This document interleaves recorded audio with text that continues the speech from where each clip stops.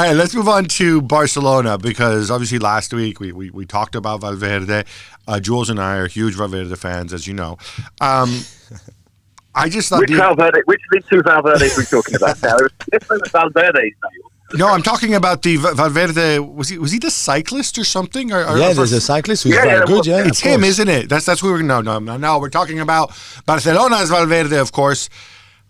I find this story quite extraordinary. I'm going to kind of piece it together, and you correct me if I get bits wrong. Okay.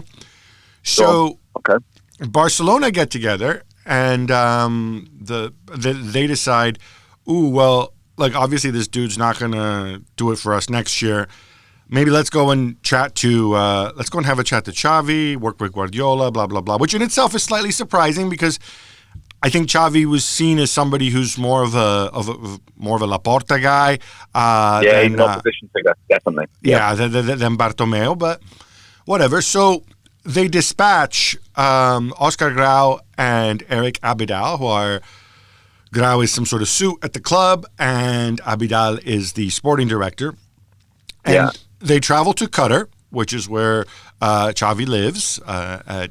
He's the coach of Al Sadd.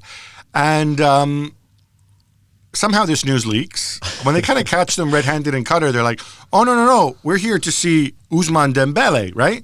Dr. Abidal and Professor and Professor Grau were checking on his condition. Dembele, of course, is injured. And then, obviously, once the news is out there, there's this whole thing where Xavi kind of sort of pressured into giving an answer. Apparently, he sits on it for 48 hours. The answer comes. Messi and Suarez, by the way, is injured, out for 4 months now, making a big deal out of showing their support for Valverde. And Xavi says, out of respect for Al Sadd, out of respect for Valverde, blah, blah, blah, out of respect for my mom, hey, this is it, right? Now, he says, now, is this kind of a fair reconstruction? Is there something important I missed? And B, what do we make of this other than the fact that this club is run in a very cack-handed way? Yeah, I mean, first of all, it's broadly speaking a fair reconstruction. Grau, by the way, is the CEO, but presumably also one of the physios who was there to massage Dembele's legs for him. They were always, in fairness, they were always due to see Dembele. They were also due to see Xavi anyway, because of course this was something that was one of the possibilities in the future they wanted to keep an eye on. But it's also true, and I think this is really important, that Xavi was committed to being part of the presidential candidacy of Victor Font, and he was going to stand against Bartomeu in 2 years' time. And I think that this may be seen as well as part of an attempt, if you like, to kind of short-circuit that, to get him in earlier and to damage, if you like, the trump card of one of your potential candidates, one of your potential rivals in elections. They had already set up very clearly with Ronald Koeman that Koeman was the man that they were most likely to go for in the summer. And Valverde wasn't going to make it beyond the summer. But what's going to make it to the end of the season, of course, the Super Cup accelerates that. It accelerates it. Better do something. And so, to Xavi's surprise, they offer him now. Take it now. And he basically thinks now's not the time. He doesn't entirely trust the board. I don't think he'll ever say that publicly, but he doesn't. And so it doesn't happen. And yes, the conclusion, as you say, is that this is a bit of a mess. And I think it is also true that while it's true that the media runs with things that the club hasn't told them, that the starting point of this is stuff that the club was filtering out because it thought it benefited them, and it turns out it didn't. You mentioned Koeman there. I know, Jules, you're a big fan of Koeman, but surely they can't get it wrong again. All right. The last time you appoint the Dutch managers to take over after a major European, after a major international competition was obviously Manchester United appointing Van Gaal. And that obviously didn't turn out great. I don't understand. I mean, other than being a former Barcelona player, what makes them think that, and the fact that I suppose he speaks Spanish and whatever, what makes them think Koeman is appropriate? I mean, do they just have it in their heads that we don't want an A-list manager? I'm trying to think of the last A-list manager to come in to coach Barcelona.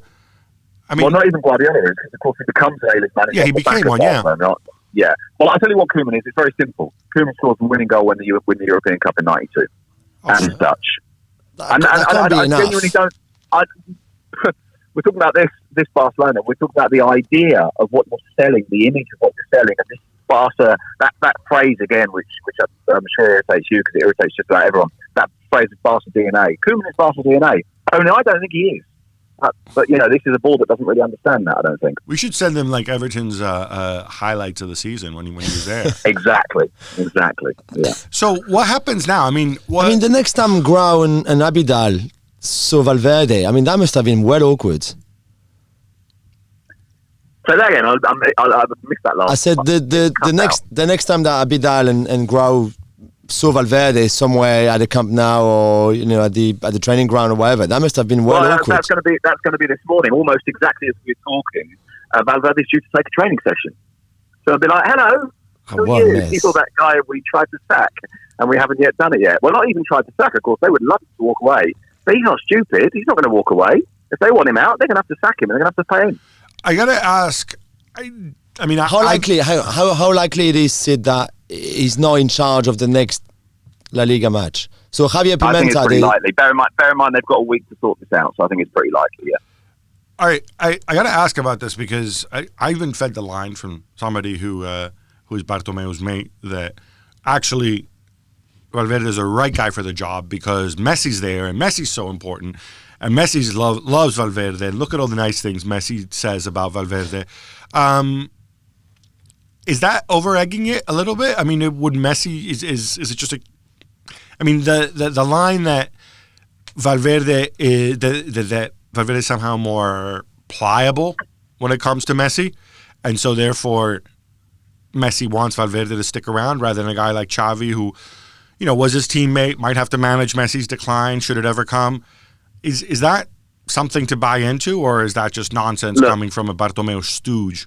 I'm sorry if you're listening. No, there's something in that, in the sense that this is the guy that relates well to the rest of them, that Messi and Suarez have been very positive about. But I think it's very naive to assume that Messi wouldn't have an enormous amount of power, whoever the manager is. Well, thank you very much for watching ESPN on YouTube. For more sports highlights and analysis, be sure to download the ESPN app. And for live streaming, premium content, and let's not forget as well, ESPN FC 7 days a week. Subscribe to ESPN Plus.